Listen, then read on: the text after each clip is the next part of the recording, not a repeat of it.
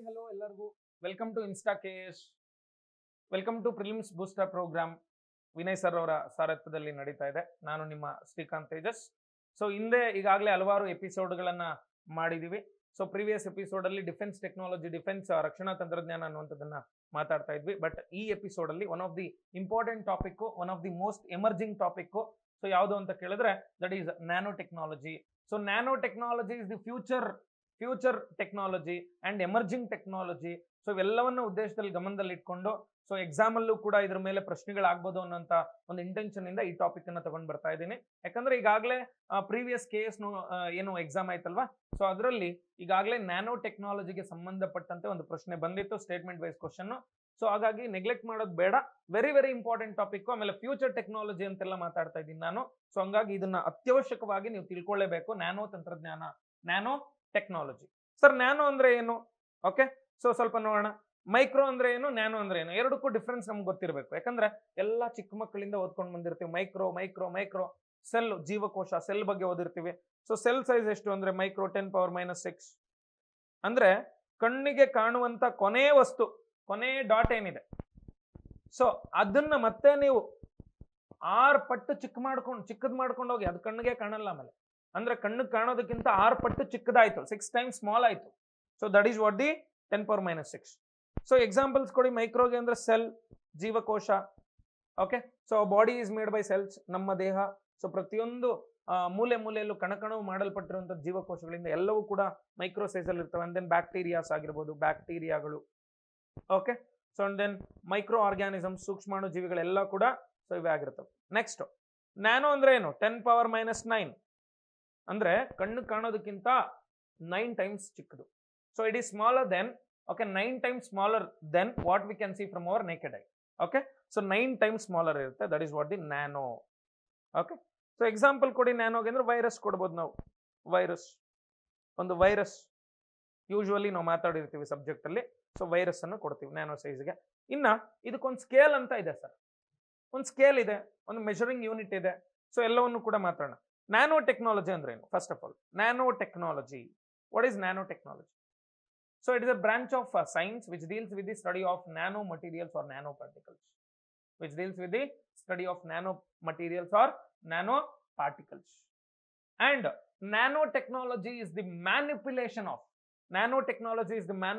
of matter, that matter at dimensions ranging from. The nanotechnology is a manipulation of matter at dimensions ranging from 1 nanometer to 100 nanometers. 1 nanometer to 100 nanometers. Usually, what is the range of a nanoscale anta kelbodu? For that you need to know. So that is 1 nanometer to 100 nanometers. The range of nanoscale is 1 nanometer to 100 nanometers. So ಇಲ್ಲಿ ನಾನು ಕೆಲವೊಂದು images ಅನ್ನ ಇಲ್ಲಿ ಹಾಕಿದ್ದೀನಿ. So ಇವೆಲ್ಲವೂ ಕೂಡ nano technology ಇಂದಾನೆ work ಆಗ್ತಾ ಇದಾವೆ. ಸೊ ಇಲ್ಲಿ ನಾನು ಏನೇನು ಹಾಕಿದ್ದೀನಿ, ಸೊ ಇಲ್ಲೇ ಫಸ್ಟ್ ಇಮೇಜ್ ಅಲ್ಲೇ ಕೆಲವೊಂದು ಇದಾವೆ ನೋಡಿ ಇಲ್ಲಿ. ಸೊ ಇದು ಕಾರ್ಬನ್ ನ್ಯಾನೋ ಟ್ಯೂಬ್ ಅಂತ ಕರಿತೀವಿ, ಹಿಂಗಿದೆ. ಗ್ರಾಫೀನ್ ಅಂತ ಕರಿತೀವಿ, ಸಾರಿ ಫಲ್ಲರಿನ್ ಅಂತ ಕರಿತೀವಿ ಇದನ್ನ. ಇನ್ನು ಇಲ್ಲಿ ನೋಡಿ, ಸೊ ಇದನ್ನ ಸಾಲ್ಡ್ರಿಂಗ್ ಮಾಡ್ತಾ ಇದೆ robot. Okay, so nano materials ಅನ್ನ ತಗೊಂಡು. ಆಮೇಲೆ ಇಲ್ಲಿ ನಾವೇನ್ ಮಾಡಿದೀವಿ, ಸೂಪರ್ ಕಂಡಕ್ಟರ್ಸ್ ಅನ್ನು ಡೆವಲಪ್ ಮಾಡ್ಕೊಂಡಿದೀವಿ, ಮೆಮೊರಿ ಕಾರ್ಡ್ಸ್ ಅನ್ನು ಡೆವಲಪ್ ಮಾಡ್ತಾ ಇದ್ದೀವಿ, ಚಿಪ್ಸ್ ಅನ್ನು ಡೆವಲಪ್ ಮಾಡ್ತಾ ಇದೀವಿ. ಇಲ್ಲಿ ನೋಡಿ ಜೀನ್ ಅನ್ನ, ಓಕೆ, ಜೀನ್ ರಿಪೇರ್ ಮಾಡ್ತಾ ಇದೆ, ಜೀನ್ ಅನ್ನ ಸರಿ ಮಾಡ್ತಾ ಇದೆ. ಓಕೆ, ಸೊ ಈ ತರದ ಕೆಲವೊಂದು ಇಂಪಾರ್ಟೆಂಟ್ ಅಂಶಗಳನ್ನ ನಾವು ಮಾತಾಡ್ತಾ ಹೋಗೋಣ, ಏನೇನಿದೆ ನ್ಯಾನೋ ಟೆಕ್ನಾಲಜಿಯಲ್ಲಿ ಅಂತ. ಅದಕ್ಕೂ ಮೊದಲು ಒಂದು ಚಿಕ್ಕ ಪಿಕ್ಚರ್ ಅನ್ನ ಕೊಡ್ತೀನಿ, ನ್ಯಾನೋ ಟೆಕ್ನಾಲಜಿ ಅಂದ್ರೆ ಏನು, ಮತ್ತೆ ನ್ಯಾನೋ ವಸ್ತುಗಳು ಅಂದ್ರೆ ಏನು, ಹೆಂಗಿರ್ತವೆ ಅಂತ. ಇಲ್ಲಿ ನೋಡಿ ಸರ್, ನಾನು ಅವಾಗ್ಲಿಂದ ಮಾತಾಡಿದೀನಿ. ನ್ಯಾನೋ ಟೆಕ್ನಾಲಜಿ ಅನ್ನುವಂಥದ್ದು ನ್ಯಾನೋ ಸ್ಕೇಲ್ ಮೇಲೆ ಡಿಪೆಂಡ್ ಆಗಿರುತ್ತೆ. ಈ ನ್ಯಾನೋ ಸ್ಕೇಲ್ ಅಂದ್ರೆ 1 ನ್ಯಾನೋಮೀಟರ್ ಇಂದ 100 ನ್ಯಾನೋಮೀಟರ್ ವರೆಗೂ ಕೂಡ ಕಂಡು ಬರುತ್ತೆ. ಸೊ ಇಲ್ಲಿರುವಂತ ವಸ್ತುಗಳನ್ನ ನಾವು ನ್ಯಾನೋ ಮಟೀರಿಯಲ್ಸ್ ಅಂತ ಕರಿತೀವಿ. ಬಟ್ ಇಲ್ಲಿ 1 ನ್ಯಾನೋಮೀಟರ್ ಮೇಲೆ ಇರಬೇಕು. ನೋಡಿ, ವಾಟರ್ ಮಾಲಿಕ್ಯೂಲ್ದು ಸೈಜ್ ಎಷ್ಟು ಅಂದ್ರೆ 0.1 nanometre. Okay, and then glucose ಮಾಲಿಕ್ಯೂಲ್ದು 1 ನ್ಯಾನೋಮೀಟರ್. ಆಮೇಲೆ ಇಲ್ಲಿ ನೋಡ್ಬೋದು ನೀವು, ವೈರಸ್ದು ಸೈಜ್ ಎಷ್ಟು ಅಂದ್ರೆ 100 ನ್ಯಾನೋಮೀಟರ್ಸ್. ಇನ್ನು ಫಲ್ಲರಿನ್ ಇದೆ, ಕಾರ್ಬನ್ ನ್ಯಾನೋ ಟ್ಯೂಬ್ಸ್ ಇದೆ, ಡೆಂಡ್ರಿಮರ್ಸ್ ಇದಾವೆ, ಗ್ರಾಫೀನ್ ಇದೆ, ಆಮೇಲೆ ಪಾಲಿಮರ್ಸ್ ಇದಾವೆ. ಸೊ ಇವೆಲ್ಲವೂ ಕೂಡ ಆಯ್ತಾ ನ್ಯಾನೋ ಗಾತ್ರದಲ್ಲಿ ಕಂಡು ಬರುವಂತ ವಸ್ತುಗಳು. ಇನ್ನು ನೋಡ್ಬೋದು 10⁻⁴ ಅಂದ್ರೆ ದಿಸ್ ಇಸ್ ಮೈಕ್ರೋ ಮೈಕ್ರೋ ಇದು. ಬಟ್ ನ್ಯಾನೋ ಸ್ಕೇಲ್ ಅಲ್ಲಿ ಹೇಳಿ ಅಂದ್ರೆ ಎಷ್ಟಾಗುತ್ತೆ? 10⁴ 10,000 ನ್ಯಾನೋಮೀಟರ್ ಆಗುತ್ತೆ, 10,000 nanometres. We can see from our naked eye ಅಂದ್ರೆ no sir, we can not see because it is in micro size. Single cell ತಗೊಂಡ್ರೆ ನೋಡಕ್ಕಾಗಲ್ಲ RBC. Okay, and then bacteria 10⁻³ nanometres, hair 10⁻5 nanometres, 10⁻7 nanometres, 10⁻6 nanometres. ಒಂದು ಇರುವೆ size ಎಷ್ಟು ಅಂದ್ರೆ 10⁻6 nanometres. ನಮ್ಮ hand size 10⁻7. ಒಂದು football size 10⁻8 nanometres. ನೋಡಿ ಈ ತರ. ಸೊ ನ್ಯಾನೋ ಸ್ಕೇಲ್ ಅನ್ನುವಂಥದ್ದನ್ನ ಸೊ ನಾವು ಕಂಪೇರ್ ಮಾಡ್ಕೊಂಡು ಚೆಕ್ ಮಾಡ್ಕೊಬಹುದು. Next over all applications nano technology ಕುರಿತಂತೆ ನೋಡೋದಾದ್ರೆ ಸರ್, ಇದನ್ನ ಎನರ್ಜಿಯ ಶೇಖರಣೆಯಲ್ಲಿ, ಶಕ್ತಿಯ ಶೇಖರಣೆಯಲ್ಲಿ, ಫಾರ್ ಎಕ್ಸಾಂಪಲ್ ಎಲ್ಲಾದ್ರೂ ಎಲೆಕ್ಟ್ರಿಸಿಟಿ ಪ್ರೊಡಕ್ಷನ್ ಆಗ್ತಾ ಇದೆ ಅಂದ್ರೆ ಅದನ್ನ ತಗೊಂಡೋಗಿ ಸ್ಟೋರೇಜ್ ರೂಮ್ ಅಲ್ಲಿ ಸ್ಟೋರ್ ಮಾಡ್ತಾರೆ. ಆ ಸ್ಟೋರೇಜ್ ಡಿವೈಸ್ ಗಳನ್ನ ಓಕೆ ತಯಾರು ಮಾಡೋದಕ್ಕೆ ಈ ನ್ಯಾನೋ ಟೆಕ್ನಾಲಜಿಯನ್ನ ಬಳಸ್ತೀವಿ. And then defence security, bulletproof jackets ಇವೆಲ್ಲ ತಯಾರು ಮಾಡೋದಕ್ಕೋಸ್ಕರ ಬಳಸ್ತೀವಿ. ಆಮೇಲೆ ಲೈಟ್ ವೆಯ್ಟ್ ಹೆಲಿಕಾಪ್ಟರ್ಸ್ ಆಗಿರ್ಬೋದು, ಲೈಟ್ ವೆಯ್ಟ್ ಫೈಟರ್ ಜೆಟ್ಸ್ ಆಗಿರ್ಬೋದು, ಸೊ ಲೈಟ್ ವೆಯ್ಟ್ ಶಿಪ್ಸ್ ಆಗಿರ್ಬೋದು, ಎಲ್ಲವನ್ನು ತಯಾರು ಮಾಡೋದಕ್ಕೋಸ್ಕರ ಸೊ ಇಲ್ಲಿ ನಾವು ಬಳಸ್ತೀವಿ. And then metallurgy and materials, ಕೆಲವೊಂದು ವಸ್ತುಗಳನ್ನ ಮತ್ತೆ ಕೆಲವೊಂದು ಲೋಹಾಭಗಳನ್ನ ತಯಾರು ಮಾಡೋದಕ್ಕೆ ಸೊ ನಾವು ಇದನ್ನ ಬಳಸ್ತೀವಿ. ಆಮೇಲೆ ಎಲೆಕ್ಟ್ರಾನಿಕ್ಸ್ ಅಲ್ಲಿ ಹೇಳಿಲ್ವ ಅವಾಗಲೇ, ಟ್ರಾನ್ಸಿಸ್ಟರ್ಗಳು, ಚಿಪ್ಗಳು, ಮೆಮೊರಿ ಕಾರ್ಡ್ಗಳು, ಆಮೇಲೆ ಸೂಪರ್ ಕಂಡಕ್ಟರ್ಗಳು, ಸೆಮಿ ಕಂಡಕ್ಟರ್ಗಳು, ಇವೆಲ್ಲದರ ತಯಾರಿಕೆಯಲ್ಲಿ ಬಳಸ್ತೀವಿ. Optical engineering and communication. Optical engineering ಅಂದ್ರೆ ಲೈಟ್ಗಳಿಗೆ ಸಂಬಂಧಪಟ್ಟಂತ ಇಂಜಿನಿಯರಿಂಗ್. ಓಕೆ, ಮತ್ತೆ ಕಮ್ಯುನಿಕೇಶನ್ ಸಂಪರ್ಕ ವ್ಯವಸ್ಥೆ, ಓಕೆ ಅದರಲ್ಲೂ ಕೂಡ ಬಳಸ್ತೀವಿ. Biomedical and drug delivery. Biomedical ಅಂದ್ರೆ very important. So in the manufacturing of medicines,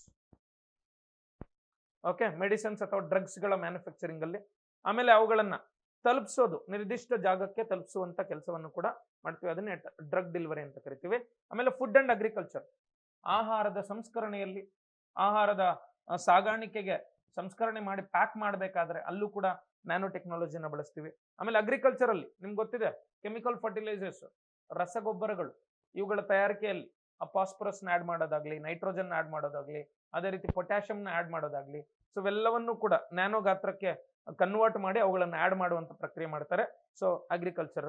ಆಮೇಲೆ ಕಾಸ್ಮೆಟಿಕ್ಸ್ ನ ತಯಾರಿಕೆಯಲ್ಲಿ, ಪೇಂಟ್ ಗಳ ತಯಾರಿಕೆಯಲ್ಲಿ ಬಳಸ್ತಾರೆ. ಯಾವ್ದನ್ನ? ಸೊ ಈ ಕಾಸ್ಮೆಟಿಕ್ಸ್ ಮತ್ತೆ ಸೌಂದರ್ಯವರ್ಧಕಗಳು ಮತ್ತು ಬಣ್ಣಗಳ ತಯಾರಿಕೆಯಲ್ಲಿ ಸೊ ನ್ಯಾನೋ ತಂತ್ರಜ್ಞಾನವನ್ನು ಬಳಸ್ತಾರೆ. ಬಯೋಟೆಕ್ನಾಲಜಿಯಲ್ಲಿ ಇಲ್ಲೊಂದು ಇಮೇಜ್ ತೋರಿಸಿದೆ. ಈ ಜೀನ್ ಅನ್ನ ಏನ್ ಮಾಡ್ತಾ ಇದೆ ಅಂದ್ರೆ ಸರಿ ಮಾಡ್ತಾ ಇದೆ ಸರ್, ಸರಿ ಮಾಡ್ತಾ ಇದೆ. ಓಕೆ, ಸೊ ಇದೇನು ಅಂದ್ರೆ ಬಯೋಟೆಕ್ನಾಲಜಿ, ಇದು ಜೈವಿಕ ತಂತ್ರಜ್ಞಾನ. ಓಕೆ, ನಮ್ಮಲ್ಲಿ ಏನಾದರೂ ನ್ಯೂನ್ಯತೆಗಳಾದ್ರೆ ಅದನ್ನ ಸರಿ ಮಾಡ್ಕೊಳ್ಳುವಂತ ಕೆಲಸವನ್ನ ಮಾಡ್ತೀವಿ. ಸೊ ಅದನ್ನೇ ಜೈವಿಕ ತಂತ್ರಜ್ಞಾನ, ಬಯೋಟೆಕ್ನಾಲಜಿ ಅಂತ ಕರಿತೀವಿ. ಅಲ್ಲೂ ಕೂಡ ಬಳಸ್ತಾ ಇದೀವಿ. ಆಮೇಲೆ ಫ್ಯಾಬ್ರಿಕ್ಸ್, ಟೆಕ್ಸ್ಟೈಲ್ ಅಲ್ಲಿ ಅಂದ್ರೆ ಈ ಟೆಕ್ಸ್ಟೈಲ್ ಇಂಡಸ್ಟ್ರೀಸ್ ಅಲ್ಲಿ, ಶೂಗಳ ಮ್ಯಾನುಫ್ಯಾಕ್ಚರಿಂಗ್ ಅಲ್ಲಿ, ಬಟ್ಟೆ ಮ್ಯಾನುಫ್ಯಾಕ್ಚರಿಂಗ್ ಅಲ್ಲಿ ಎಲ್ಲಾ ಕಡೆ ಬಳಸ್ತೀವಿ sir nano technology. And then very importantly ಈ ನ್ಯಾನೋ ಟೆಕ್ನಾಲಜಿ ಅಂಡ್ ಟೆಕ್ಸ್ಟೈಲ್ಸ್ ಅಂತ ಇದೆ ನೋಡಿ. ಆಪ್ಟಿಕಲ್ ಡಿಸ್ಪ್ಲೇಸ್ ಅಲ್ಲಿ ಬಳಸ್ತೀವಿ ಅಂದ್ರೆ ಹೇಳಿದೀನಿ, ಈ ನ್ಯಾನೋ ಟೆಕ್ನಾಲಜಿನ ಬಳಸ್ಕೊಂಡು ಮಾಡುವಂತ ಕೆಲವೊಂದು ವಸ್ತುಗಳು ಈ ವಾಟರ್ ರಿಪೆಲೆನ್ಸ್ ಅಂದ್ರೆ ನೀರನ್ನ ವಿರೋಧಿಸುವಂತ ಕೆಲವೊಂದು ಗುಣಗಳನ್ನು ಹೊಂದಿರ್ತವೆ. ವಾಟರ್ ರಿಪೆಲೆನ್ಸ್ ಅಂದ್ರೆ ವಾಟರ್ ಪ್ರೂಫ್ ಆಬ್ಜೆಕ್ಟ್ಸ್ ಆಗಿ ಕೆಲಸ ಮಾಡುವಂತ ಗುಣಗಳನ್ನು ಹೊಂದಿರ್ತವೆ. ಸೊ ಹಂಗಾಗಿ ಇವುಗಳನ್ನ ಡಿಸ್ಪ್ಲೇಗಳಲ್ಲಿ ಬಳಸ್ತಾರೆ. ಆಮೇಲೆ ಆಂಟಿ ಸ್ಟ್ಯಾಟಿಕ್ ಪ್ರಾಪರ್ಟೀಸ್, ಅಂಟ್ಕೊಳ್ಳೋದಿಲ್ಲ ಕೈಗೆ. Okay, and then very importantly wrinkle resistance clothes ಅನ್ನು ಕೂಡ ಮ್ಯಾನುಫ್ಯಾಕ್ಚರ್ ಮಾಡಬಹುದು. ರಿಂಕಲ್ ರೆಸಿಸ್ಟೆಂಟ್ ಪಾಲಿಮರ್ಗಳನ್ನ ಬಳಸ್ಕೊಂಡು, ಸಿಂಥೆಟಿಕ್ ಓಕೆ ಮಟೀರಿಯಲ್ಸ್ ಅನ್ನ ಬಳಸ್ಕೊಂಡು ಈ ಪಾಲಿಸ್ಟರ್ಗಳು ಆ ತರ ಬಟ್ಟೆಗಳನ್ನೆಲ್ಲ ತಯಾರು ಮಾಡ್ತಾರೆ. ರಿಂಕಲ್ಸ್ ಆಗಲ್ಲ, ಐರನ್ ಫ್ರೀ ಕ್ಲಾತ್ಸ್ ಆಗಿರ್ತವೆ. ಆಮೇಲೆ ಸ್ಟ್ರೆಂತ್, ಹೆವಿ ಸ್ಟ್ರೆಂತ್ ಇರ್ತವೆ, ಐರನ್ ಸ್ಟ್ರೆಂತ್ ಎನ್ಹಾನ್ಸ್ಮೆಂಟ್ ಕೊಡುತ್ತೆ. ಅಂಡ್ ದೆನ್ ಲೈಟ್ ಗಳ ತಯಾರಿಕೆಯಲ್ಲಿ ಬಳಸ್ತೀವಿ. ಆಂಟಿ ಬ್ಯಾಕ್ಟೀರಿಯಲ್ ಓಡರ್ ಕಂಟ್ರೋಲ್ಸ್ ಅಲ್ಲಿ ಬಳಸ್ತೀವಿ. ಮತ್ತೆ ಸೆನ್ಸಾರ್ಗಳ ತಯಾರಿಕೆಯಲ್ಲಿ ಬಳಸ್ತೀವಿ. ಈ ತರ ಹಲವಾರು ಜಾಗಗಳಲ್ಲಿ ಬಳಸ್ತೀವಿ. ಆಮೇಲೆ ಈ ಫುಡ್ ಸಂಬಂಧಪಟ್ಟಂತೆ ನ್ಯಾನೋ ಟೆಕ್ನಾಲಜಿ ಓಕೆ, ಸೊ ಎಲ್ಲೆಲ್ಲಿ ಏನೇನಕ್ಕೆ ಬಳಸ್ತೀವಿ ಅಂತ ನೋಡೋದಾದ್ರೆ ಅದಕ್ಕೂ ಮೊದಲು ನಾವೇನ್ ತಿಳ್ಕೊಬೇಕು ಅಂದ್ರೆ ನ್ಯಾನೋ ಮೆಟೀರಿಯಲ್ಸ್ ಅಥವಾ ನ್ಯಾನೋ ವಸ್ತುಗಳು, ನ್ಯಾನೋ ಮಟೀರಿಯಲ್ಸ್ ಅನ್ನ ಸೊ ಟೈಪ್ಸ್ ಅನ್ನ ಅರ್ಥ ಮಾಡ್ಕೋಬೇಕಾಗುತ್ತೆ. What are the types of nano materials ಅಂತ. ಸೊ ಇದರಲ್ಲಿ ಮೊದಲನೇದು ಇನ್ಆರ್ಗ್ಯಾನಿಕ್ ಓಕೆ ನ್ಯಾನೋ ಮಟೀರಿಯಲ್ಸ್ ಅಂತ. ಇನ್ಆರ್ಗ್ಯಾನಿಕ್ ನ್ಯಾನೋ ಮಟೀರಿಯಲ್ಸ್, ಅಸಾವಯವ ಓಕೆ ನ್ಯಾನೋ ವಸ್ತುಗಳು ಅಂತ ಮೊದಲನೇದು ಇನ್ಆರ್ಗ್ಯಾನಿಕ್ ನ್ಯಾನೋ ಮಟೀರಿಯಲ್ಸ್. ಈ ಇನ್ಆರ್ಗ್ಯಾನಿಕ್ ನ್ಯಾನೋ ಮಟೀರಿಯಲ್ಸ್ ಏನಿದೆ, ಸೊ ಇವುಗಳಲ್ಲಿ ನಿಮ್ಗೆ ಏನೇನು ಬರ್ತವೆ ಅಂತ ಗೊತ್ತಿರ್ಬೇಕು ಸ್ವಲ್ಪ. ಇನ್ಆರ್ಗ್ಯಾನಿಕ್ ನ್ಯಾನೋ ಮಟೀರಿಯಲ್ಸ್ ಅಲ್ಲಿ ಮೆಟಲ್ಸ್, ಲೋಹಗಳು ಮತ್ತೆ ಮೆಟಲ್ ಆಕ್ಸೈಡ್ಗಳು ಕಂಡು ಬರ್ತವೆ. ಲೋಹದ ಆಕ್ಸೈಡ್ಗಳು ಕಂಡು ಬರ್ತವೆ. ಮೆಟಲ್ಸ್ ಮತ್ತೆ ಲೋಹದ ಆಕ್ಸೈಡ್ಗಳು ಕಂಡು ಬರ್ತವೆ ಇಲ್ಲಿ. ಇನ್ನ ಈ ಮೆಟಲ್ ಮತ್ತೆ ಮೆಟಲ್ ಆಕ್ಸೈಡ್ಸ್ ಅಥವಾ ಇನ್ಆರ್ಗ್ಯಾನಿಕ್ ಏನಿದಾವೆ, ಸೊ ಇವುಗಳು ಟಾಕ್ಸಿಕ್ ಆಗಿರ್ತವೆ, ವಿಷಯುಕ್ತವಾಗಿರ್ತವೆ ಅಥವಾ ವಿಷಪೂರಿತವಾಗಿರ್ತವೆ. ನಾವು ಇವುಗಳನ್ನ ತಿನ್ನಬಾರ್ದು, ತಗೋಬಾರ್ದು. ಆಮೇಲೆ ಹೈಡ್ರೋಫೋಬಿಕ್ ಇನ್ ನೇಚರ್, ಅಂದ್ರೆ ಸರ್ ವಾಟರ್ ಪ್ರೂಫ್ ಕ್ವಾಲಿಟೀಸ್ ಅನ್ನು ಹೊಂದಿರ್ತವೆ. ಆಮೇಲೆ ಹೈಲಿ ಸ್ಟೇಬಲ್ ಆಗಿರ್ತವೆ. ಸೊ ಇವುಗಳನ್ನು ಎಲ್ಲಿ ಬಳಸ್ತೀವಿ ಅಂದ್ರೆ ಫರ್ಟಿಲೈಸರ್ಗಳಲ್ಲಿ, ರಾಸಾಯನಿಕ ಅಥವಾ ರಸಗೊಬ್ಬರಗಳ ತಯಾರಿಕೆಯಲ್ಲಿ ಬಳಸ್ತೀವಿ. ಆಮೇಲೆ ಸೆನ್ಸಾರ್ಗಳ ತಯಾರಿಕೆಯಲ್ಲಿ ಬಳಸ್ತೀವಿ. ಓಕೆ, ಸೆನ್ಸಾರ್ಗಳು, ಸೆಮಿ ಕಂಡಕ್ಟರ್ ತಯಾರಿಕೆಯಲ್ಲಿ ಬಳಸ್ತೀವಿ. ಆಮೇಲೆ ಈ ಕ್ಯಾಟಲಿಸ್ಟ್ಗಳಲ್ಲಿ ಬಳಸ್ತೀವಿ, ಕ್ಯಾಟಲಿಸ್ಟ್ಗಳ ತಯಾರಿಕೆಯಲ್ಲಿ. ಸೊ ಇದನ್ನ ನಾವು ಯೂಸ್ ಮಾಡ್ತೀವಿ. ಇದು ಬೇಸಿಕ್ ಇನ್ಫಾರ್ಮೇಶನ್ ನಿಮ್ಗೆ ಗೊತ್ತಿರಬೇಕು. ಇನ್ನೊಂದಿದೆ ಆರ್ಗ್ಯಾನಿಕ್ ನ್ಯಾನೋ ಮಟೀರಿಯಲ್ಸ್ ಅಂತ. ಆರ್ಗ್ಯಾನಿಕ್, ಸಾವಯವ ನ್ಯಾನೋ ವಸ್ತುಗಳು. ಸೊ ಸಾವಯವ ನ್ಯಾನೋ ವಸ್ತುಗಳಲ್ಲಿ ಏನೇನು ಬರ್ತವೆ ಅಂತ ತಿಳ್ಕೊಬೇಕಾಗತ್ತೆ. ಮಿಲ್ಕ್ ಎಮಲ್ಷನ್ಸ್, ಇಲ್ಲಿ ನೋಡಿ, ಇಲ್ಲಿ ಬಳಸ್ತಾ ಇದ್ದೀವಿ. ಮಿಲ್ಕ್ ಎಮಲ್ಷನ್ಸ್ ಇಂದ ಎಕ್ಸ್ಟ್ರಾಕ್ಟ್ ಮಾಡ್ಕೊಂಡು ಎಮಲ್ಷನ್ ಸ್ಪ್ರೇ ಮಾಡ್ತೀವಿ ಆಹಾರದ ಮೇಲೆ, ಕೊಳಿದೆ ಇರಲಿ ಅಂತ, ಬೇಗ ಬಾಡಿ ಹೋಗದೆ ಇರಲಿ, ಬೇಗ ಫ್ರೆಶ್ನೆಸ್ ಹೋಗದೆ ಇರಲಿ ಅನ್ನೋ ಕಾರಣಕ್ಕೆ ಇದನ್ನು ಸ್ಪ್ರೇ ಮಾಡ್ತೀವಿ. ಇಲ್ಲಿ ನೋಡಿ, ಮೊದಲನೇದು ಮಿಲ್ಕ್ ಎಮಲ್ಷನ್ಸ್. ಆಮೇಲೆ ಲಿಪಿಡ್ ಬಾಡೀಸ್, ಲಿಪಿಡ್ಸ್ ಅಂದ್ರೆ ಏನು, ಕೊಬ್ಬುಗಳು, ಲಿಪಿಡ್ ಬಾಡೀಸ್. ಸೊ ಇದರಿಂದ ಎಕ್ಸ್ಟ್ರಾಕ್ಟ್ ಮಾಡ್ತಾರೆ ನ್ಯಾನೋ ಪಾರ್ಟಿಕಲ್ಸ್ ಅನ್ನ. ಆಮೇಲೆ ಪ್ರೋಟೀನ್ ಅಗ್ರಿಗೇಟ್ಸ್, ಪ್ರೋಟೀನ್ ಸಂಯುಕ್ತಗಳಿಂದ ಸೊ ನ್ಯಾನೋ ಕಣಗಳನ್ನ ಹೊರಗಡೆ ತಗೊಳ್ತಾರೆ. ಆಮೇಲೆ ಲೇಯರ್ಡ್ ಬಯೋಪಾಲಿಮರ್ಗಳು ಅಂದ್ರೆ ಪದರವಾಗಿರುವಂತಹ ಬಯೋಪಾಲಿಮರ್ಗಳು, ಅದರಲ್ಲೂ ಕೂಡ ಸೊ ಆರ್ಗ್ಯಾನಿಕ್ ಬಯೋಪಾಲಿಮರ್ಸ್ ಅನ್ನ ಆರ್ಗ್ಯಾನಿಕ್ ನ್ಯಾನೋ ಮೆಟೀರಿಯಲ್ಸ್ ಅನ್ನ ತಯಾರು ಮಾಡ್ತಾರೆ. ಆಮೇಲೆ ಡೆಂಡ್ರಿಮರ್ಗಳಲ್ಲೂ ಕೂಡ, ಸರಿನಾ, ಡೆಂಡ್ರಿಮರ್ಸ್ ಅನ್ನು ಕೂಡ ಈ ಒಂದು ಆರ್ಗ್ಯಾನಿಕ್ ನ್ಯಾನೋ ಮಟೀರಿಯಲ್ಸ್ ಅಂತ ಹೇಳಿ ಸೊ ನಾವು ಕನ್ಸಿಡರ್ ಮಾಡ್ತೀವಿ. ಇವೆಲ್ಲವನ್ನು ಎಲ್ಲಿ ಬಳಸ್ತೀವಿ ಅಂತ ಕೇಳಿದ್ರೆ ಫುಡ್ ಪ್ರೊಸೆಸಿಂಗ್ ಅಂಡ್ ಪ್ರಿಸರ್ವೇಷನ್ ಅಲ್ಲಿ ಮತ್ತೆ ಫುಡ್ ಪ್ಯಾಕಿಂಗ್ ಅಲ್ಲಿ ಬಳಸ್ತೀವಿ ಸರ್. ನೋಡ್ಬೋದು ನೀವು ಇಲ್ಲಿ ಫುಡ್ ಪ್ರೊಸೆಸಿಂಗ್ ಅಂಡ್ ಪ್ರಿಸರ್ವೇಷನ್ ಅಲ್ಲಿ ಆಹಾರದ ಸಂಸ್ಕರಣೆ ಮತ್ತು ಶೇಖರಣೆಯಲ್ಲಿ ಬಳಸ್ತೀವಿ. ಎರಡನೇದು ಆಹಾರವನ್ನ ಪ್ಯಾಕಿಂಗ್ ಮಾಡೋದ್ರಲ್ಲಿ ಬಳಸ್ತೀವಿ. ಫುಡ್ ಕೆಡದೆ ಇರಲಿ, ಫುಡ್ ಹಾಳಾಗದೆ ಇರಲಿ, ಮತ್ತೆ ಇದು ಟಾಕ್ಸಿಕ್ ಇರಲ್ಲ ಸರ್, ವಿಷಯುಕ್ತವಾಗಿರಲ್ಲ. ಸೊ ಇದನ್ನ ತಿನ್ಬೋದು, ನಾವು ತಿಂದ್ರೂ ಏನು ಆಗೋದಿಲ್ಲ. ಸೊ ಇನ್ನು ಡ್ರಗ್ ಡೆಲಿವರಿಯಲ್ಲಿ ಬಳಸ್ತಾರೆ. Drug delivery, cosmetics, food sciences ಅಲ್ಲಿ ಯೂಸ್ ಮಾಡ್ತಾರೆ ಇವುಗಳನ್ನು. ಇನ್ನು ಆರ್ಗ್ಯಾನಿಕ್ ನ್ಯಾನೋ ಮೆಟೀರಿಯಲ್ಸ್. ಸೊ ಇಲ್ಲಿ ನೋಡ್ಬೋದು ಇವೆಲ್ಲ ಅಪ್ಲಿಕೇಶನ್ಸ್ ಆಗಿರ್ತವೆ. ಓಕೆ, ಸೊ ನೆಕ್ಸ್ಟ್ ನೋಡೋಣ ಗ್ರಾಫೀನ್ ಅಂತ. ಈ ಗ್ರಾಫೀನ್ ಅಂದ್ರೆ ಏನು ಅಂತ ತಿಳ್ಕೊಳ್ಳೋದಕ್ಕೂ ಮೊದಲು ಈ ಮೂರನೇ ಟೈಪ್, ಒಂದನೇದು ಹೇಳಿದೆ ಇನ್ಆರ್ಗ್ಯಾನಿಕ್, ಎರಡನೇದು ಆರ್ಗ್ಯಾನಿಕ್, ಥರ್ಡ್ ಒನ್ ಏನ್ ಗೊತ್ತಾ, ಮೂರನೇದು ಕಾರ್ಬನ್ ನ್ಯಾನೋ ಮಟೀರಿಯಲ್ಸ್ ಅಂತ. ಕಾರ್ಬನ್ ನ್ಯಾನೋ ಮಟೀರಿಯಲ್ಸ್ ಮೂರನೇದು. ಕಾರ್ಬನ್ ನ್ಯಾನೋ ಮಟೀರಿಯಲ್ಸ್ ಅಲ್ಲಿ ನಿಮಗೆ ಆಯ್ತಾ, ಈ ಕಾರ್ಬನ್ ಕಣುಗಳು ಅಥವಾ ಅಣುಗಳು, ಪಾರ್ಟಿಕಲ್ಸ್ ಏನ್ ಮಾಡ್ತವೆ ಅಂದ್ರೆ ನೀಟಾಗಿ ಅರೇಂಜ್ ಆಗಿ, ಸೊ ಈ ಶೇಪ್ ಅಲ್ಲೇ, ಇಲ್ಲೇ ಇದೆ ನೋಡಿ, ಎಕ್ಸಾಗೋನಲ್ ಶೇಪ್ ಅಲ್ಲಿ. ಇದು ಯಾವ ಶೇಪ್ ಅಂತ ಕೇಳಿದ್ರೆ ಎಕ್ಸಾಗೋನಲ್ ಷಡ್ಭುಜಾಕಾರ ಅಲ್ವಾ. ಸೊ ಎಕ್ಸಾಗೋನಲ್ ಶೇಪ್ ಅಲ್ಲಿ ಅರೇಂಜ್ ಆಗಿ, ಎಕ್ಸಾಗೋನಲ್ ಶೇಪ್ ಅಲ್ಲಿ 6 ಎಕ್ಸಾ ಅಂದ್ರೆ, ಸೊ ಎಕ್ಸಾಗೋನಲ್ ಶೇಪ್ ಅಲ್ಲಿ ಅರೇಂಜ್ ಆಗಿ ಏನ್ ಮಾಡ್ತಾ ಇದೆ ಅಂದ್ರೆ ಲೇಯರ್ ಅನ್ನ ಫಾರ್ಮ್ ಮಾಡುತ್ತೆ, ಒಂದು ಪದರವನ್ನ ನಿರ್ಮಾಣ ಮಾಡ್ಕೊಳ್ತವೆ ಕಾರ್ಬನ್ ಅಣುಗಳು. ಈ ಕಾರ್ಬನ್ ಅಣುಗಳು, ಪದರ ಆಕಾರದ ಕಾರ್ಬನ್ ಅಣುಗಳನ್ನ ನಾವು ಗ್ರಾಫೀನ್ ಅಂತ ಕರಿತೀವಿ. ಸೊ ಈ ಗ್ರಾಫೀನ್ ಅನ್ನುವಂಥದ್ದು ನಿಮಗೆ ಹೇಳಬೇಕು ಅಂದ್ರೆ it is stronger than steel. Okay, and that too, so it is 200 times stronger than steel. 200 times stronger than steel and 6 times lighter than steel. ಅಂದ್ರೆ 200 ಪಟ್ಟು ಗಟ್ಟಿ ಇರುತ್ತೆ, 6 ಪಟ್ಟು ಕಡಿಮೆ ತೂಕ ಇರುತ್ತೆ ಸರ್. ಲೈಟ್ ವೆಯ್ಟ್ ಇರುತ್ತೆ, ಲೈಟ್ ವೆಯ್ಟ್ ಮತ್ತೆ ಹೆವಿ ಸ್ಟ್ರೆಂತ್. ಎಷ್ಟು ಸ್ಟ್ರೆಂತ್ ಅಂದ್ರೆ 200 ಪಟ್ಟು ಗಟ್ಟಿ. ನೀವು ಸ್ಟೀಲ್ನೇ ಮುರಿಯಕ್ಕಾಗಲ್ಲ, ಇದನ್ನ ಮುರಿಯಕ್ಕಾಗತ್ತಾ? ಆಗಲ್ಲ ಸರ್, ಅಷ್ಟು ಗಟ್ಟಿ ಇರುತ್ತೆ ಸರ್. ಓಕೆ, ಸೊ ಇದು ಗ್ರಾಫೀನ್. ಈ ಗ್ರಾಫೀನ್ ಅನ್ನುವಂಥದ್ದು ಯೂಶುವಲಿ ಟ್ರಾನ್ಸ್ಪರೆಂಟ್ ಆಗಿರುತ್ತೆ, ಪಾರದರ್ಶಕವಾಗಿರುತ್ತೆ ಸರ್. ಟ್ರಾನ್ಸ್ಪರೆಂಟ್ ಶೀಟ್ ಇದು, ಪಾರದರ್ಶಕವಾಗಿರುತ್ತೆ, ಮತ್ತೆ ಹೈ ಕಂಡಕ್ಟಿವಿಟಿಯನ್ನು ಹೊಂದಿರುತ್ತೆ. ಕಂಡಕ್ಟಿವಿಟಿ ಅಂದ್ರೆ ಸರ್ ಉತ್ತಮ, ಓಕೆ, ವಿದ್ಯುತ್ ವಾಹಕ.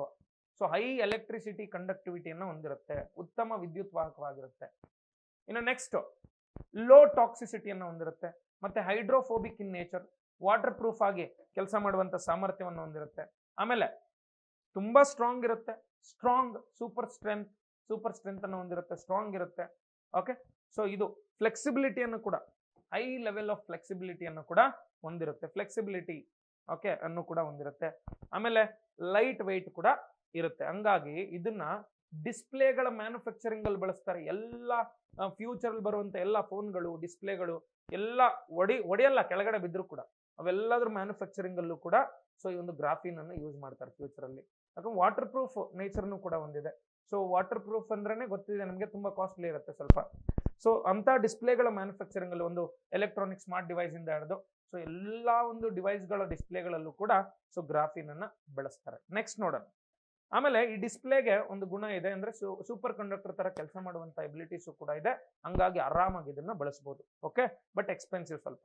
ಇಲ್ಲಿ ನೋಡಿ, oxidation resistant layer, okay, wiring material, packing materials, ಅಂದ್ರೆ ತುಕ್ಕು ಹಿಡಿದೇ ಇರಲಿ ಅನ್ನೋ ಕಾರಣಕ್ಕೆ ವೈರ್ಗಳಿಗೆ ಸೊ ಗ್ರಾಫಿನ್ ಹಾಕ್ಬಿಟ್ಟು, ಶೀಟ್ ಅನ್ನ ಹಾಕ್ಬಿಟ್ಟು ಆಮೇಲೆ ವೈರ್ಗಳನ್ನ ಪ್ಯಾಕ್ ಮಾಡ್ತಾರೆ. ಆಮೇಲೆ ಫ್ಲೆಕ್ಸಿಬಲ್ ಎಲೆಕ್ಟ್ರಾನಿಕ್ಸ್ ಮತ್ತೆ ಸ್ಪಿನ್ಟ್ರಾನಿಕ್ಸ್, ಟ್ರಾನ್ಸ್ಪರೆಂಟ್ ಎಲೆಕ್ಟ್ರೋಡ್ಸ್, ಡಾಟಾ ಸ್ಟೋರೇಜ್ ಎಲ್ಲ ಕಡೆ ಗ್ರಾಫಿನ್ ಬಳಸ್ತಾರೆ. ಹೈಡ್ರೋಜನ್ ಸ್ಟೋರೇಜ್, ನೀರಿನ ಶೇಖರಣೆಯಲ್ಲಿ ಬಳಸ್ತಾರೆ, ಹೈಡ್ರೋಜನ್ ಶೇಖರಣೆಯಲ್ಲಿ ಬಳಸ್ತಾರೆ. ಆಮೇಲೆ ಸೂಪರ್ ಕೆಪಾಸಿಟರ್ಸ್ ಆಗಿ ಇವುಗಳನ್ನ ಗ್ರಾಫಿನ್ ಬಳಸ್ತಾರೆ. ಅಂಡ್ ದೆನ್ ಬ್ಯಾಟರಿಗಳ ಮ್ಯಾನುಫ್ಯಾಕ್ಚರಿಂಗ್ ಅಲ್ಲಿ ಬಳಸ್ತಾರೆ, ಅಂಡ್ ದೆನ್ ಕೆಮಿಕಲ್ ಸೆನ್ಸಾರ್ಗಳ ತಯಾರಿಕೆಯಲ್ಲಿ, ಅಂದ್ರೆ ರಾಸಾಯನಿಕ ವಸ್ತುಗಳ ಸೆನ್ಸಾರ್ಗಳೇ ಇರ್ತಾವೆ ಕೆಲವೊಂದು ಕೆಮಿಕಲ್ ಸೆನ್ಸಾರ್ಸ್, ಸೊ ಅಲ್ಲಿ ಬಳಸ್ತಾರೆ. ಬಯೋ ಸೆನ್ಸಾರ್ಸ್ ಅಲ್ಲಿ ಬಳಸ್ತಾರೆ, ಬಯೋ ಮೆಡಿಸಿನ್ಸ್ ಅಲ್ಲಿ ಬಳಸ್ತಾರೆ. ಅಂಡ್ ದೆನ್ ಫೋಟೋನಿಕ್ಸ್ ಅಂದ್ರೆ ಬೆಳಕನ್ನ ರಿಲೀಸ್ ಮಾಡುವಂತ ಆಬ್ಜೆಕ್ಟ್ಗಳು ಅಥವಾ ಡಿವೈಸ್ಗಳು. ಸೊ ಅಂತ ಎಲೆಕ್ಟ್ರಾನಿಕ್ ಡಿವೈಸ್ಗಳನ್ನು ಫೋಟೋನಿಕ್ಸ್ ಅಂತ ಕರಿತೀವಿ. ಅಂಡ್ ದೆನ್ ಸೆನ್ಸಾರ್ಗಳ ತಯಾರಿಕೆಯಲ್ಲಿ ಬಳಸ್ತಾರೆ, ಫೋಟೋ ಎಲೆಕ್ಟ್ರಾನಿಕ್ಸ್, ಆಮೇಲೆ LEDs, okay, so laser materials, ಇವೆಲ್ಲದರ ತಯಾರಿಕೆಯಲ್ಲೂ ಕೂಡ ಸೊ ಒಂದು ಗ್ರಾಫಿನ್ ಅನ್ನ ಬಳಸ್ತಾರೆ. ಆಮೇಲೆ ಆಟೋಮೊಬೈಲ್ ಇಂಡಸ್ಟ್ರೀಸ್ ಅಲ್ಲಿ ಓಕೆ ಬಳಸ್ತಾರೆ. ಏನಕ್ಕಂದ್ರೆ light weight, more strong, okay, so flight ಬಾಡಿಯನ್ನ, ಕಾರ್ ಬಾಡಿಯನ್ನ, ಸೊ ಇದನ್ನೆಲ್ಲದನ್ನು ಕೂಡ ತಯಾರಿಕೆ ಮಾಡೋದು, ಕೋಚ್ಗಳನ್ನ ತಯಾರಿಸೋದಕ್ಕೋಸ್ಕರ ಸೊ ಎಲ್ಲ ಕಡೆ ನಾವು ಇದನ್ನ ಸೊ ಬಳಸ್ತೀವಿ. ನೆಕ್ಸ್ಟ್ ನೋಡಿ, ಎರಡನೇದು ಕಾರ್ಬನ್ ನ್ಯಾನೋ ಟ್ಯೂಬ್ ಅಂತ. Carbon nano tube sir, graphene ಅಂದ್ರೆ ನಾನು ಹೇಳಿದ್ದೀನಿ ಅವಾಗ್ಲೇ, ಸೊ ಈ ತರ ಶೀಟ್ ಎಕ್ಸಾಗೋನಲ್ ಶೇಪ್ ಅಲ್ಲಿ ಇದ್ದಂತ ಒಂದು ಶೀಟ್, ಹೌದಲ್ವಾ? ಸೊ ಎಕ್ಸಾಗೋನಲ್ ಶೇಪ್ ಅಲ್ಲಿ ಅರೇಂಜ್ ಆಗಿದ್ದು ಕಾರ್ಬನ್ ಆಟಮ್ಸ್. ಆ ಶೀಟ್ ಅನ್ನ ನೋಡಿ ಹಿಂಗೆ ಗ್ರಾಫಿನ್ ಅಂತ ಕರೆದು, ನಾವು ಒಂದು ಪೇಪರ್ ತೋರಿಸ್ತೀನಿ ನೋಡಿ, ಈ ಶೀಟ್ ಅನ್ನ ಗ್ರಾಫಿನ್ ಅಂತ ಕರಿತೀವಿ. ಶೀಟ್ ಇಲ್ಲಿ ಕಾರ್ಬನ್ ಅಣುಗಳು ಎಕ್ಸಾಗೋನಲ್ ಶೇಪ್ ಅಲ್ಲಿ ಅರೇಂಜ್ ಆಗಿದ್ದು, ಸೊ ಇದು ಶೀಟ್. ಸೊ ಇದನ್ನ ಈ ಫೋಲ್ಡೆಡ್ ಫಾರ್ಮ್ ಅಲ್ಲಿ ಟ್ಯೂಬ್ ಲೈಕ್ ಮಾಡ್ಕೊಂಡ್ಬಿಟ್ರೆ, ತಿನ್ನಾಗಿರುವಂತ ಒಂದು ಇದನ್ನ ಟ್ಯೂಬ್ ತರ ಹಿಂಗ್ ಮಾಡ್ಕೊಂಡ್ಬಿಟ್ರೆ ಇದನ್ನೇ ಕಾರ್ಬನ್ ನ್ಯಾನೋ ಟ್ಯೂಬ್ ಅಂತ ಕರಿತೀವಿ, CNT ಅಂತ ಕರಿತೀವಿ, short form CNT, carbon nano tube. Sir, ಈ CNT ಕಾರ್ಬನ್ ನ್ಯಾನೋ ಟ್ಯೂಬ್ಗಳನ್ನ ಓಕೆ ಯೂಶುವಲಿ ಎಲ್ಲಿ ಬಳಸ್ತಾರೆ ಮತ್ತೆ ಏನಕ್ಕೆ ಬಳಸ್ತಾರೆ, ಏನಕ್ಕೆ ಇಂಪಾರ್ಟೆಂಟ್ ಇವು ಅಂದ್ರೆ, ಮೊದಲನೇ ಫೀಚರ್ ಹೇಳ್ತೀನಿ ನೋಡಿ ಸರ್, ತುಂಬಾ ಸ್ಟ್ರಾಂಗು ಇವು. ಅಂಡ್ ಒನ್ ಮೋರ್ ಥಿಂಗ್ ಏನಪ್ಪಾ ಅಂದ್ರೆ, ಸೊ ದೆ ವರ್ಕ್ ಫ್ರಿಕ್ಷನ್ಲೆಸ್. ಏನ್ ಫ್ರಿಕ್ಷನ್ ಅಂದ್ರೆ ಘರ್ಷಣೆಯನ್ನ ಉಂಟು ಮಾಡದೆ, ಆಯ್ತಾ, ಯಾವುದೇ ವಸ್ತುಗಳ ಜೊತೆ ಘರ್ಷಣೆಯನ್ನು ಉಂಟು ಮಾಡದೆ ಕೆಲಸ ಮಾಡ್ತವೆ. ನೀವು ಏನೇ ಸೆನ್ಸಿಟಿವ್ ಥಿಂಗ್ಸ್ ಅನ್ನ ಪ್ಯಾಕ್ ಮಾಡ್ಬೇಕಂದ್ರೆ, ಏನೇ ಸೆನ್ಸಿಟಿವ್ ಡ್ರಗ್ಸ್, ತುಂಬಾ ಎಕ್ಸ್ಪೆನ್ಸಿವ್ ಡ್ರಗ್ಸ್ ಅನ್ನ ಪ್ಯಾಕ್ ಮಾಡ್ಬೇಕಾದ್ರೆ ಸೊ ನೀವು ಕಾರ್ಬನ್ ನ್ಯಾನೋ ಟ್ಯೂಬ್ಗಳನ್ನು ಬಳಸಬೇಕು. ಯಾಕಂದ್ರೆ ಅಲ್ಲಿ ಘರ್ಷಣೆ ಉಂಟಾಗೋದಿಲ್ಲ ನಿಮ್ಮ ವಸ್ತು ಮತ್ತೆ ಪ್ಯಾಕಿಂಗ್ ನ ಆ ಮಟೀರಿಯಲ್ಸ್ ನಡುವೆ, ಸೊ ನೀಟಾಗಿ ಸಾಗಾಣಿಕೆ ಮಾಡ್ಬೋದು. ಸೊ ಅದಕ್ಕೋಸ್ಕರ ಈ ಪ್ಯಾಕಿಂಗ್ ಮಾಡೋದಕ್ಕೆ ನಾವು ಕಾರ್ಬನ್ ನ್ಯಾನೋ ಟ್ಯೂಬ್ಸ್ ಅನ್ನ ಬಳಸ್ತೀವಿ. ಆಮೇಲೆ ಜೀನ್ ಡೆಲಿವರಿ, ಘರ್ಷಣೆ ಆಗದೆ ಇರೋ ತರ ಜೀನ್ಸ್ ಗಳನ್ನ ತಗೊಂಡೋಗಿ ನೀಟಾಗಿ ಬಯೋಟೆಕ್ನಾಲಜಿ ಅಪ್ಲಿಕೇಶನ್ಸ್ ಅಲ್ಲಿ ನಾವು ಜೀನ್ಸ್ ಕೆಟ್ಟೋಗಿರೋದನ್ನ ಸರಿ ಮಾಡೋದಕ್ಕೆ ಬಳಸ್ತೀವಲ್ಲ, ಸೊ ಅಲ್ಲಿ ಏನ್ ಮಾಡ್ತೇವೆ, ಜೀನ್ ಡೆಲಿವರಿ ಮಾಡೋದಕ್ಕೆ ನಾವು ಈ ಕಾರ್ಬನ್ ನ್ಯಾನೋ ಟ್ಯೂಬ್ಸ್ ಅನ್ನ ಬಳಸ್ತೀವಿ. ಅಂಡ್ ದೆನ್ ಫೋಟೋ ಥರ್ಮಲ್ ಥೆರಪಿಯಲ್ಲಿ ಬಳಸ್ತೀವಿ. ಫೋಟೋ ಥರ್ಮಲ್ ಥೆರಪಿ ಏನ್? ಫೋಟೋ ಥರ್ಮಲ್ ಥೆರಪಿ ಅಂದ್ರೆ sir, for example okay, so ಬಾಡಿಯಲ್ಲಿ ನಿಮ್ಗೆ ಗೊತ್ತಿರಲಿ ಏಂಜಿಯೋಗ್ರಾಮ್ ಮಾಡ್ತಾರೆ. ಏಂಜಿಯೋಗ್ರಾಮ್ ಮಾಡಬೇಕು ಅಂದ್ರೆ ಫಸ್ಟ್ ಒಂದು ಚಿಕ್ಕ ಲೈಟು, ಕ್ಯಾಮ್ರಾ ಎಲ್ಲ ಒಳಗಡೆ ಕಳಿಸ್ತಾರೆ. ಅದನ್ನ ಕಳಿಸಿದಾದ್ಮೇಲೆ ನಿಮ್ಗೆ ಎಲ್ಲಿ ಬ್ಲಾಕ್ ಇದೆ ಅಂತ ಗೊತ್ತಾಗತ್ತೆ. ಮತ್ತೆ ಅದನ್ನ ಹೊರಗಡೆ ತಗೊಂಡು ಮತ್ತೇನ್ ಮಾಡ್ತೀರಾ, ಚಿಕ್ಕ ರೋಬೋಟಿಕ್ ಡಿವೈಸ್ ಅನ್ನು ಕಳಿಸಿ ಅದರಿಂದ ಸ್ಟೆಂಟ್ ಅನ್ನ ಕಳಿಸ್ತೀರಾ. ಸ್ಟೆಂಟ್ ನೋಡಿ ಇಲ್ಲಿ ಸ್ಟೆಂಟ್, ಓಕೆ, ಸೊ ಈ ರೀತಿ ಸ್ಟೆಂಟ್ ಅನ್ನ ಕೂರಿಸ್ತೀರಾ. ಹೋಗಿ ಎಲ್ಲಿ ಬ್ಲಾಕೇಜ್ ಆಗಿದೆ ಅಲ್ಲಿ ಸ್ಟೆಂಟ್, ಆ ಸ್ಟೆಂಟ್ ಯಾವುದರಿಂದ ಮಾಡಲ್ಪಟ್ಟಿರೋ CNT, ಅದು CNT ಬ್ಲಾಕೇಜ್ಗಳ ಸ್ಟೆಂಟ್ಗಳನ್ನ ಓಕೆ ನಿವಾರಣೆ ಮಾಡೋದಕ್ಕೆ ನಾವು CNT ಅನ್ನು ಬಳಸ್ತೀವಿ, ಕಾರ್ಬನ್ ನ್ಯಾನೋ ಟ್ಯೂಬ್ ಅನ್ನು ಬಳಸ್ತೀವಿ. ಆಮೇಲೆ ಇದೇ ಒಂದು ಇದನ್ನ ಯಾವ್ದನ್ನ ಈ ಕಾರ್ಬನ್ ನ್ಯಾನೋ ಟ್ಯೂಬ್ ಅನ್ನ ಸರಿನಾ ಫಲ್ಲರಿನ್ ಆಗಿ ಕನ್ವರ್ಟ್ ಮಾಡ್ಬೋದು ನಾವು. Carbon nano tube and fullerene. Graphene ನೋಡಿ, ಗ್ರಾಫೀನ್ ಸಿಂಗಲ್ ಶೀಟ್ ಇದು, ಇದನ್ನ ಹಿಂಗ್ ಫೋಲ್ಡ್ ಮಾಡಿದ್ರೆ ಸೊ ಇದೇನಾಯ್ತು ಕಾರ್ಬನ್ ನ್ಯಾನೋ ಟ್ಯೂಬ್ ಆಯ್ತು. ಇದನ್ನ ಹಿಂಗೆ ಬಾಲ್ ತರ ಮಡಚ್ಬಿಟ್ರೆ, ಫುಟ್ಬಾಲ್ ತರ ಮಾಡ್ಬಿಟ್ರೆ ಆಯ್ತಾ. ಸೊ ಈ ಪೇಪರ್ನ ಹಿಂಗ್ ಫುಟ್ಬಾಲ್ ತರ ಮಾಡ್ಬಿಟ್ರೆ that is what the graphene, sorry fullerene, fullerene ಅಂತ ಕರಿತೀವಿ. ಹಿಂಗ್ ಫುಟ್ಬಾಲ್ ತರ ಮಾಡ್ಬಿಡೋದು ಅದನ್ನ. ಸೊ ಹಿಂಗ್ ಮಡಚ್ಬಿಡಿ ಸರಿನಾ. ಸೊ ಇದನ್ನ ನಾವೇನಂತ ಕರಿತೀವಿ, ಫುಲ್ಲರಿನ್ ಅಂತ ಕರಿತೀವಿ. ಸೊ ಫುಲ್ಲರಿನ್ ಎಲ್ಲಿ ಬಳಸ್ತೀವಿ ಅಂದ್ರೆ ಯೂಶುವಲಿ ಈ ಡ್ರಗ್ ಡೆಲಿವರಿಯಲ್ಲಿ ಬಳಸ್ತೀವಪ್ಪ. ಡ್ರಗ್ ಡೆಲಿವರಿ ಏನಿದು ನನಗೆ ಅರ್ಥನೇ ಆಗ್ತಾ ಇಲ್ಲ, ನಾನು ಹೇಳ್ಕೊಡ್ತೀನಿ, ಲಾಸ್ಟಲ್ಲಿ ಇಟ್ಟಿದ್ದೀನಿ. ಅದಕ್ಕೋಸ್ಕರ ನಿಮ್ಗೆ ಡ್ರಗ್ ಡೆಲಿವರಿ ಅಂದ್ರೆ ಔಷಧಿಗಳ ಓಕೆ ಸೊ ಸರಿಯಾದಂತ ಸ್ಥಳಕ್ಕೆ ತಲುಪಿಸೋದಕ್ಕೆ ನಾವು ಇದನ್ನ ಡ್ರಗ್ ಡೆಲಿವರಿ ಅಂತ ಕರಿತೀವಿ. ಸೊ ಅಲ್ಲಿ ಅಪ್ಲಿಕೇಶನ್ಸ್ ಅಲ್ಲಿ ಬಳಸ್ತೀವಿ. ಆಮೇಲೆ ಸೂಪರ್ ಕಂಡಕ್ಟರ್ಗಳ ತಯಾರಿಕೆಯಲ್ಲಿ ಈ ಒಂದು ಯಾವ್ದನ್ನ ಫುಲ್ಲರಿನ್ ಬಳಸ್ತಾರೆ. ಸೂಪರ್ ಕಂಡಕ್ಟರ್ಗಳ ತಯಾರಿಕೆಯಲ್ಲಿ ಸೊ ಫುಲ್ಲರಿನ್ ಬಳಸ್ತಾರೆ. ಇಲ್ಲಿ ನೋಡಿ ಫುಲ್ಲರಿನ್ ಇಲ್ಲಿ ಹಾಕಿದ್ದೀನಿ ನಾನು. ಸೊ ಫುಲ್ಲರಿನ್ ಗ್ಯಾಸ್ ಸ್ಟೋರೇಜ್ ಮತ್ತೆ ಗ್ಯಾಸ್ ಸಪರೇಷನ್ ಅಲ್ಲಿ ಯೂಸ್ ಮಾಡ್ತಾರೆ. ಆಮೇಲೆ ಕ್ಯಾಟಲಿಸ್ಟ್ ಪಾಲಿಮರ್ ಆಡಿಟಿವ್ಸ್ ಅಲ್ಲಿ ಯೂಸ್ ಮಾಡ್ತಾರೆ. ಆಮೇಲೆ ವಾಟರ್ ಪ್ಯೂರಿಫಿಕೇಶನ್ ಅಲ್ಲಿ ಬಳಸ್ತಾರೆ, ಫಿಲ್ಟರ್ಗಳಲ್ಲಿ ಗ್ರಾಫಿನ್ ಅನ್ನ. ಆಮೇಲೆ ಸೆನ್ಸಾರ್ ಆಫ್ ಫೋಟೋ ಲಿಥೋಗ್ರಫಿ ಆಯ್ತಾ. ಈ ಫೋಟೋ ಲಿಥೋಗ್ರಫಿ ಅಂದ್ರೆ ಏನು? ಲಿಥೋಗ್ರಫಿ ಅಂದ್ರೆ ಈ ಕಲ್ಲುಗಳು ಬಂಡೆಗಳನ್ನ ಇದು ಮಾಡೋದಕ್ಕೋಸ್ಕರ ಸೆನ್ಸ್ ಮಾಡೋದು, ಅದರಲ್ಲಿ ಏನ್ ಮಿನರಲ್ಸ್ ಇದೆ ಎಲ್ಲವನ್ನು ಕೂಡ. ಆಮೇಲೆ ಈ ಬ್ಯಾಟ್ರಿಗಳ ತಯಾರಿಕೆಯಲ್ಲಿ, ಸೋಲಾರ್ ಸೆಲ್ಗಳ ತಯಾರಿಕೆಯಲ್ಲಿ, ಫ್ಯೂಯಲ್ ಸೆಲ್ಗಳ ತಯಾರಿಕೆಯಲ್ಲಿ, ಡಯಾಗ್ನೋಸ್ಟಿಕ್ ಏಜೆಂಟ್ ಕಾಸ್ಮೆಟಿಕ್ಸ್ ಗಳ ತಯಾರಿಕೆಯಲ್ಲಿ, ಸೊ ಎಲ್ಲ ಕಡೆ ನಾವೇನ್ ಮಾಡ್ತೀವಿ ಈ ಒಂದು ಫುಲ್ಲರಿನ್ ಬಳಸ್ತೀವಿ, ಫುಲ್ಲರಿನ್ ಓಕೆ. ಇನ್ನ ಪಲ್ಯೂಟೆಂಟ್ ಡಿಕಂಪೋಸಿಷನ್ ಅಲ್ಲಿ, ಬ್ಯಾಕ್ಟೀರಿಯಾ ಡಿಸ್ಇನ್ಫೆಕ್ಷನ್ ಅಲ್ಲೂ ಕೂಡ ಸೊ ಇದನ್ನ ಬಳಸ್ತೀವಿ ನಾವು ನಾನ್ ಸೆಮಿ ಕಂಡಕ್ಟರ್ ಆಗಿ.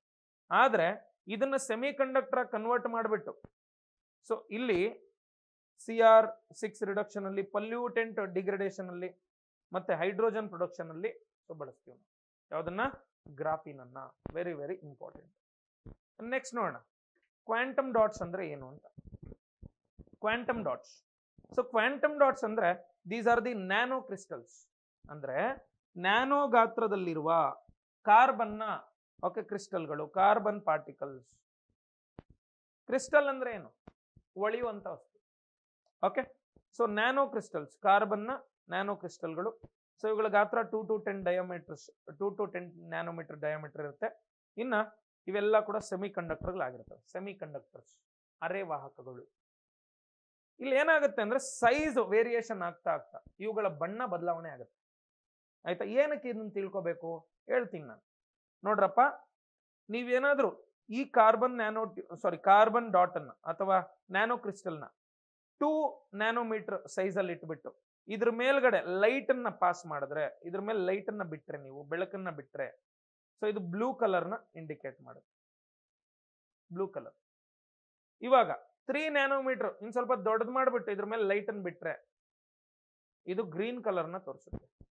ಇವಾಗ ಅದೇ ತರ 4 nanometre same light yellow colour ತೋರಿಸ್ತಾ ಇದೆ.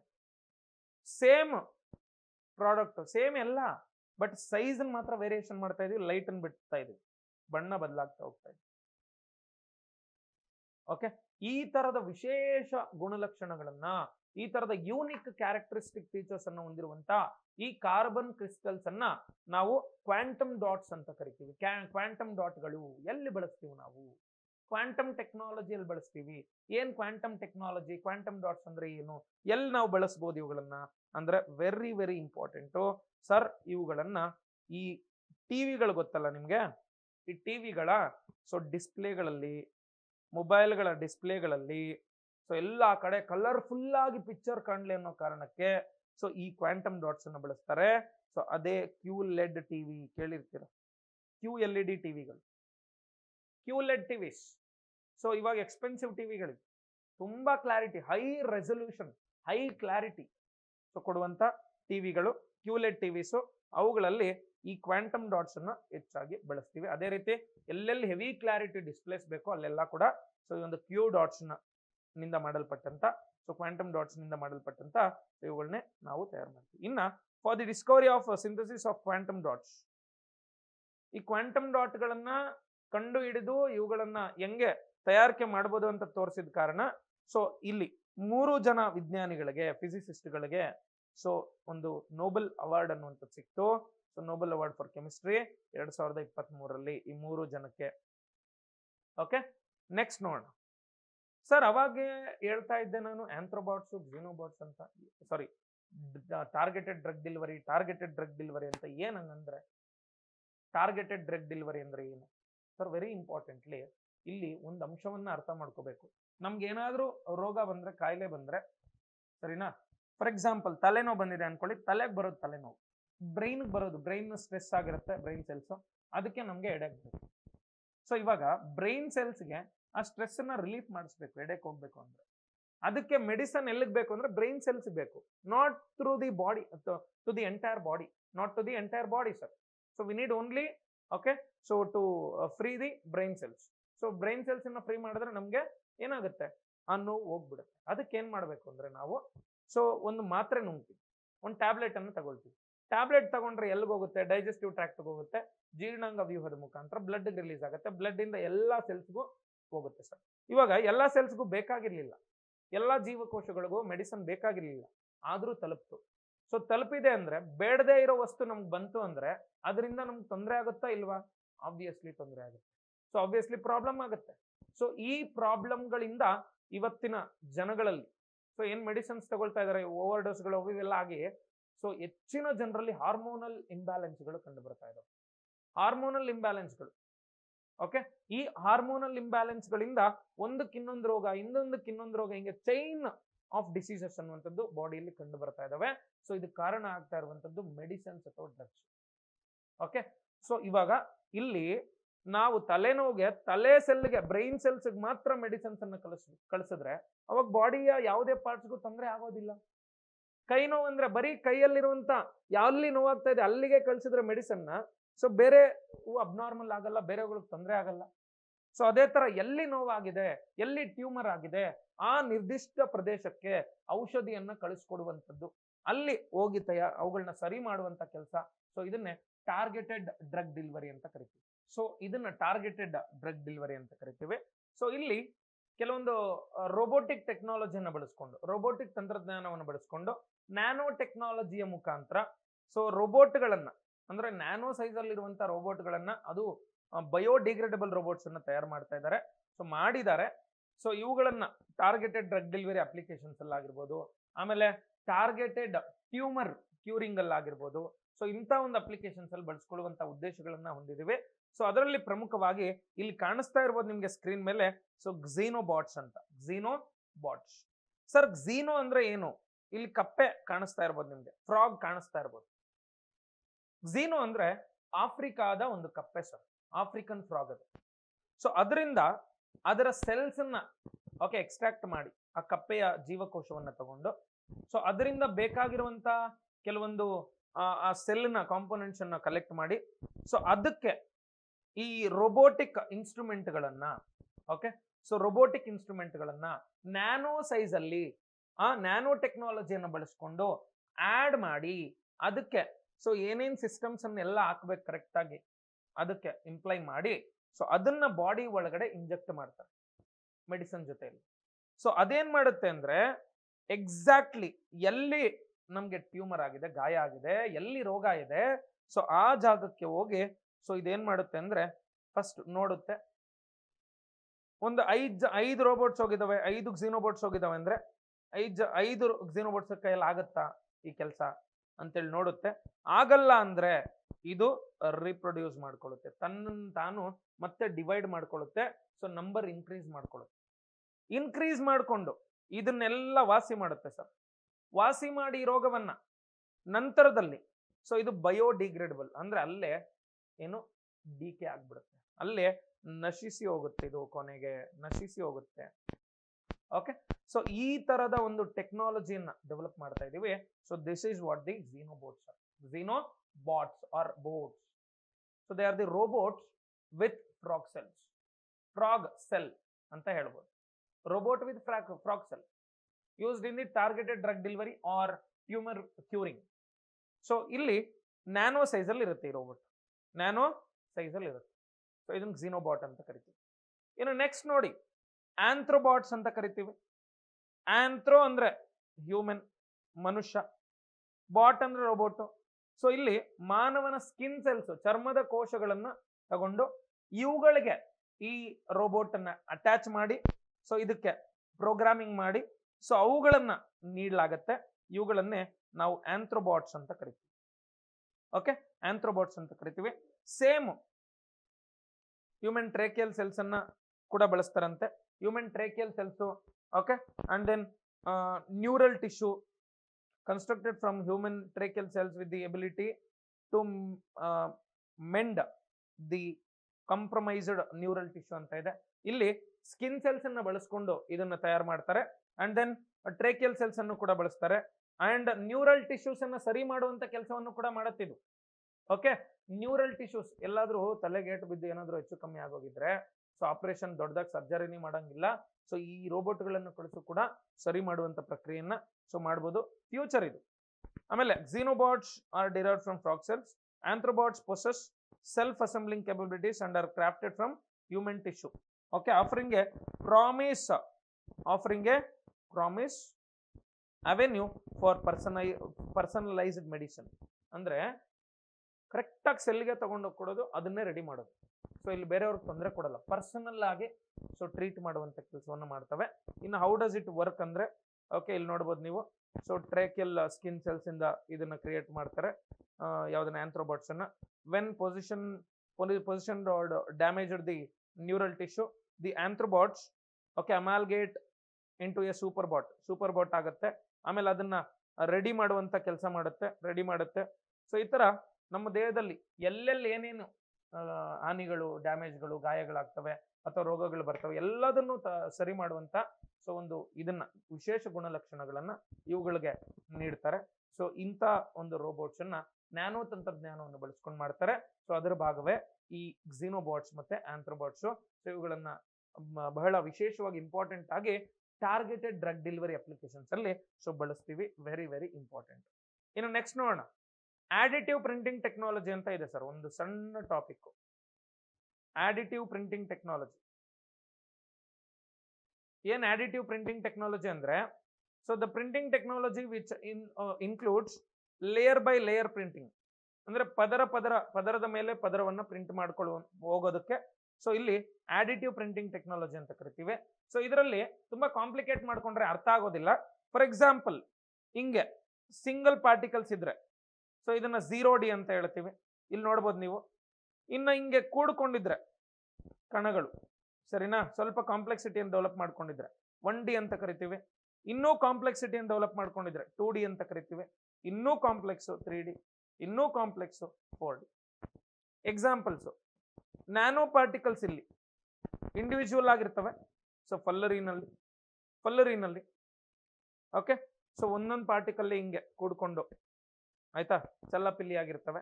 So nano particles ಫಲ್ಲರಿನಲ್ಲಿ.